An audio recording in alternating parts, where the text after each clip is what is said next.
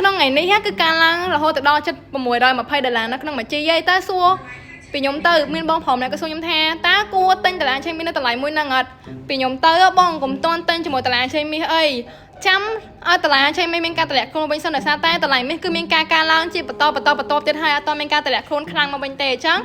មាសមានការឡើងខ្លាំងក៏មានការតម្លាក់ខ្លួនវិញខ្លាំងដូចគ្នាប៉ុន្តែសួរថាពេលណាយើងមើលអត់ឃើញទេជាមួយនឹងយើងមើលអត់ឃើញជាមួយនឹងការ take profit របស់អ្នកវិនិយោគិនធំទាំងអស់អញ្ចឹង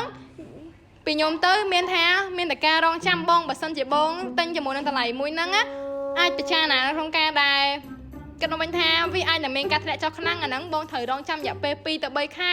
នាំទៅវាការឡើងទៅវិញអញ្ចឹងពីខ្ញុំទៅអាចថារងចាំតិចសិនបងចាំវាតម្លាក់ខ្លួនចាំទិញកុំព្រួយបារម្ភបីថាអូយតម្លៃមាសតិចអត់ចុះហើយ